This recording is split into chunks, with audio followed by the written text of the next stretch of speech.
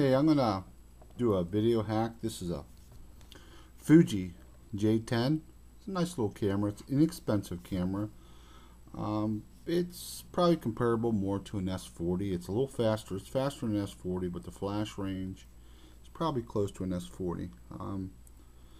They do a nice little job. One thing about this camera is it uses, there's two screws on the bottom, but a tripod holder. And it uses what we call a tri-wing screwdriver. And it's a little bit different than a Phillips. Has one less, I guess it's like a triangle. And we'll take this apart and we'll hack it and show you what to do. Okay, we're going to use our tri-wing screwdriver first. I'm going to remove these two screws. And I always save screws from broken cameras, I'll only put these things back. I take them out and I throw them away. I'll put another screw in its place.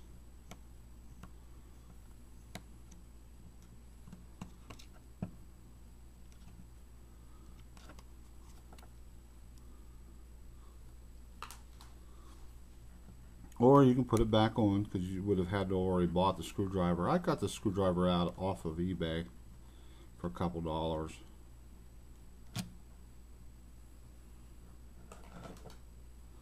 Then the rest of the screws are Phillips head. Just those two. And we definitely want to save these ones.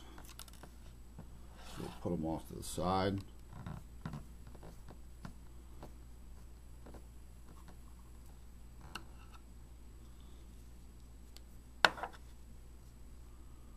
That's not good. It's missing a screw.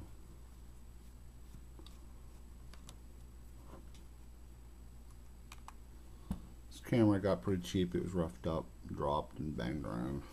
But it works.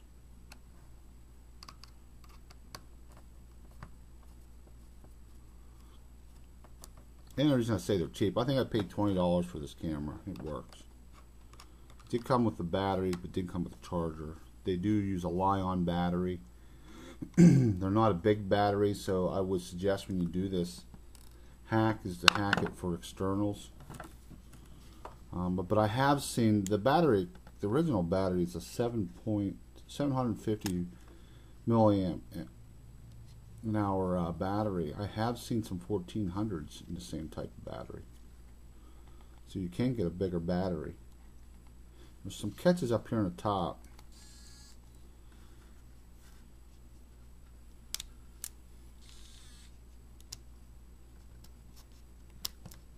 I didn't realize I had a battery in it.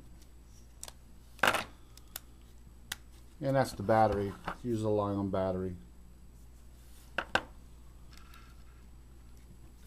Those catches can be a little tricky.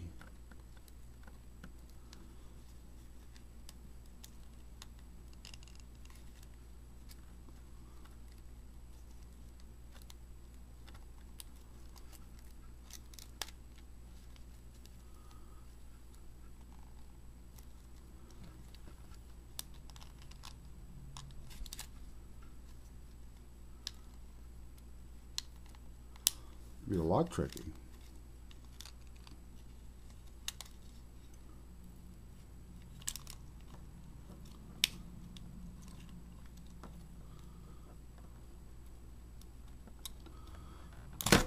Oops, I've always had troubles with these catches on top of these.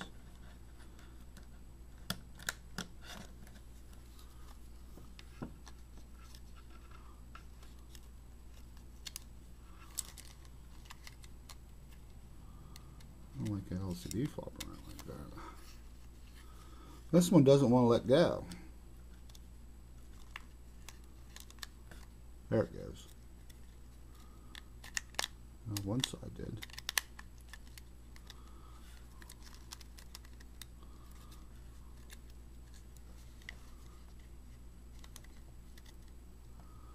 There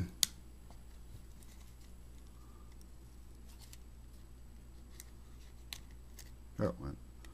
And you can see there's two catches here and here, and that's what I had troubles getting There's a catch here and here, and that's what's having troubles getting it to disengage from.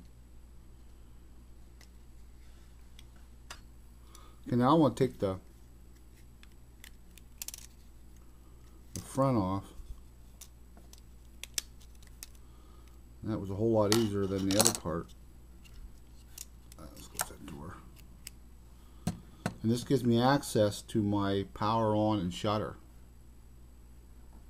as you can see here. Now I have a 1K resistor, 1/4 watt, and I have tied to 2 wires. And what I suggest is to drain the capacitor. It'd be these 2 positions right here.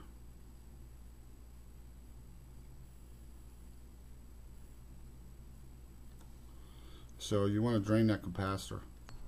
Okay, I want to take a piece of wire. I want to peel it back about 1/4 inch. Then I'm going to tin my wire. And what I'm going to do is I'm going to hit both contacts. One is this shutter button right here. There's 2 pins on this side, 2 solder posts. I want to catch both of them with 1 piece of wire. So I put a little bit of resin on there. And I'm just going to use the solder that's on my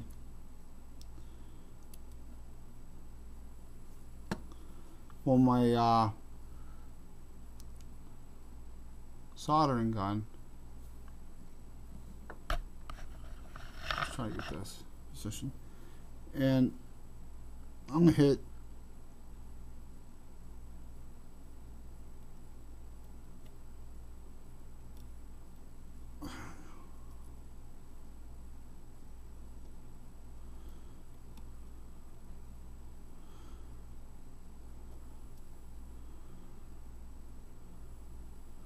Now what I don't want to do is touch the metal part of that switch. So that's on. So there's my shutter. Now for my shutter common, and this is a 4-wire hack, the very first terminal here.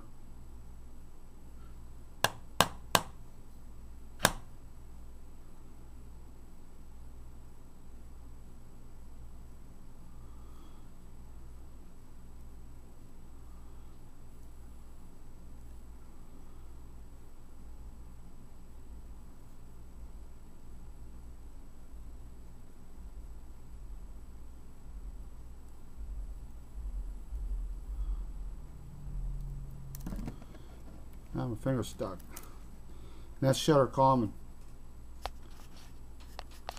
Now for my power.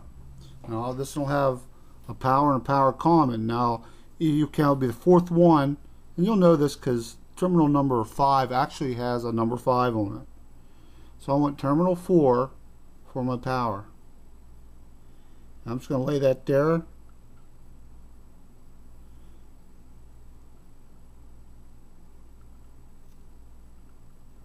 And let it puddle and let it dry. And that goes with the next ones, which is power common. I'll do the same thing. I'll take my wire, I'll strip it, and I'll tin it.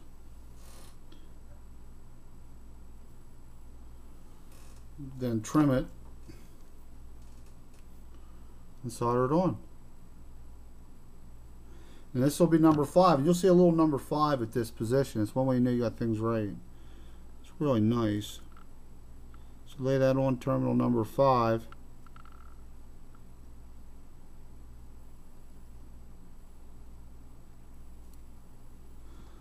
And good.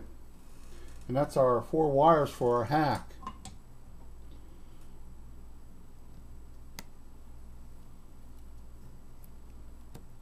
Now because these things don't have the biggest battery in the world, we might want to go with a external. This is fairly easy. On the front, but you gotta be careful, the capacitor's right there. In the front I have a red wire and a black wire. This is my battery voltage, and all I need to do is hook into these 2 wires, positive, negative. Okay, I'm gonna solder in my positive wire, which is the lower one. Just gonna lay that right there.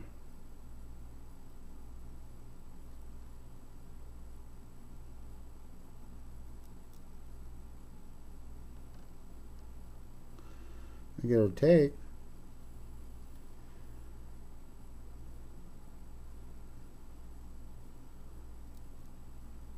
There we go. And top one is our common.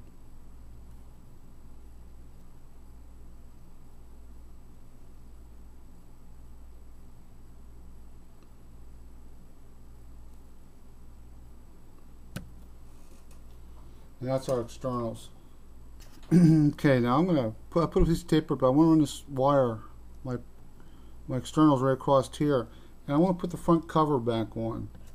There's a USB port here, so I want to start there because I got to hook that USB port. As you can see, I want to hook that in that hole, and then I can snap my camera together. And what I'm going to do then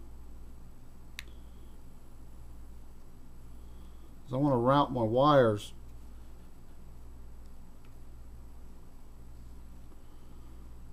underneath the LCD. Okay, now what I'm going to do is pull my LCD up around, and I'm going to take that back part out so I can run my wires down behind it.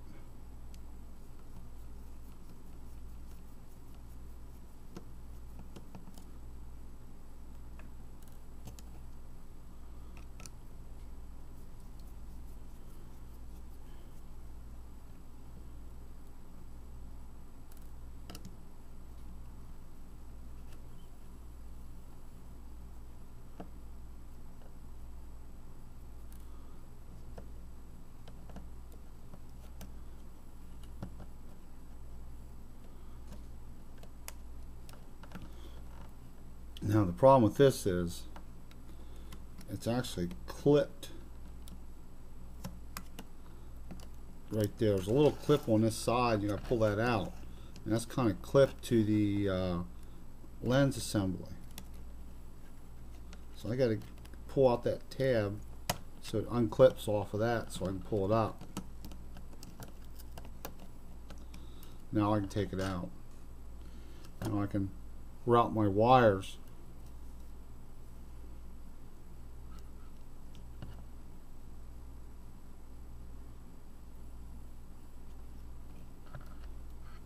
to the back. Now what I did, I didn't show it, but what I did is I lifted the lens assembly up a little bit, and I drilled out the tripod holder to put my wires through. That's one way to do it. You can run the wires out top, it's easier, but I like my wires coming out the bottom because I like my board under my camera. And now I can run my wires out the tripod holder, start finagling them babies around. And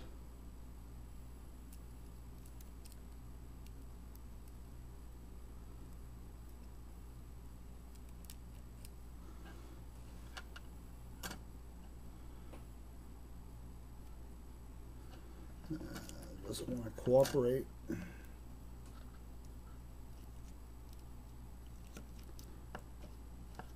Okay, I'm going to put my back cover back on, and I'm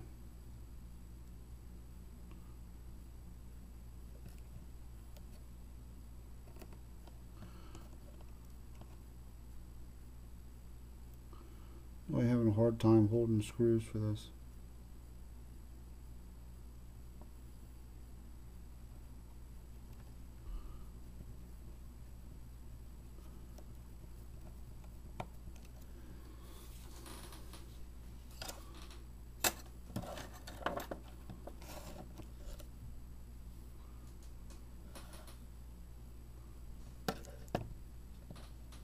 Okay, once I have the screws on, I can put my LCD back. I'm going to have to tuck it.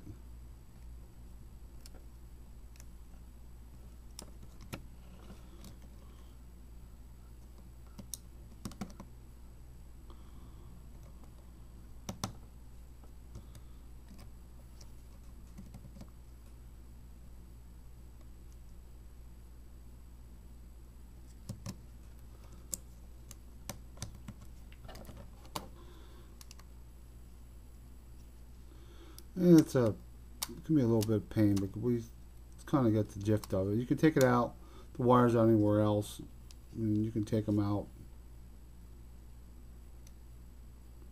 top or bottom. It's up to you. You can take them out top, be a little easier. It's a little harder, but that's how I like to do it.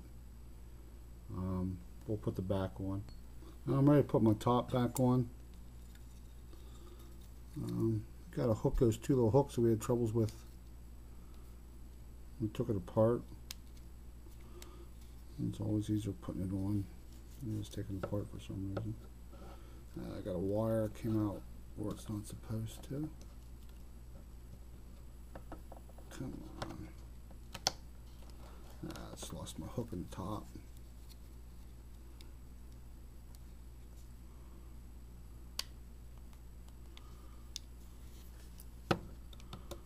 Pull that down around. I put my screws back in.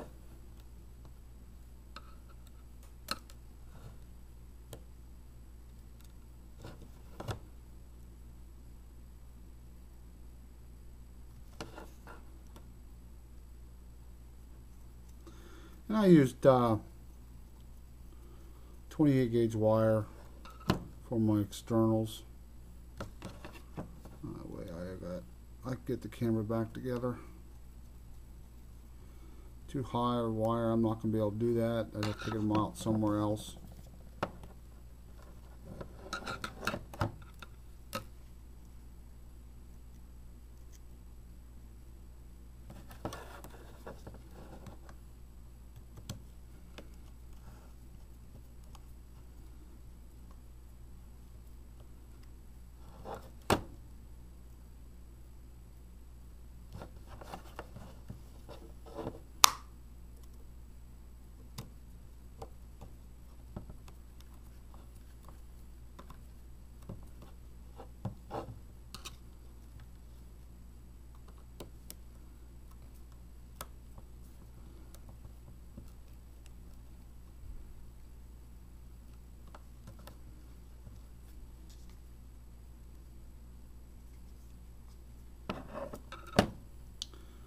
And I'm going to have to dig up two other screws.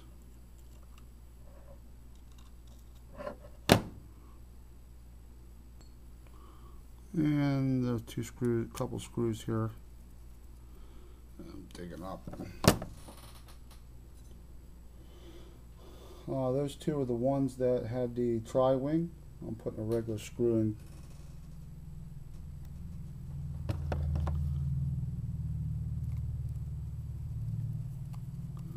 That way I don't have to worry about that anymore.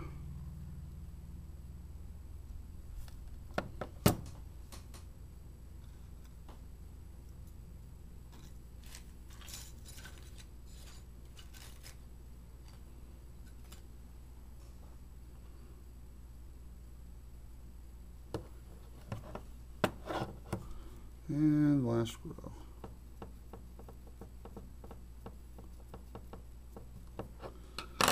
Now we'll test her out here in a minute.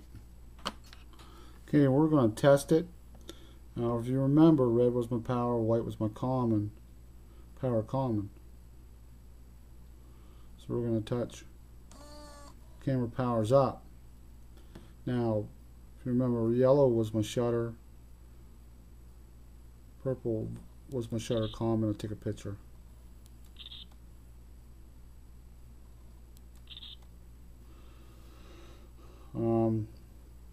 That concludes the hack. It's a 4-wire hack, so if you use a simple sniper board, I do have a program for it.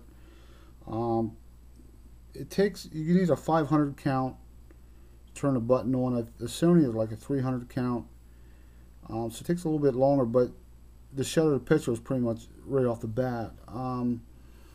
It can be, it's about a 1.5 second camera, 1.5 second camera. It takes nice pictures. Simple, cheap. The hack isn't too bad for it.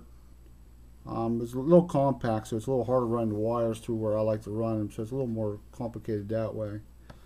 Nice little camera. I hope you give it a try and see how it works for you.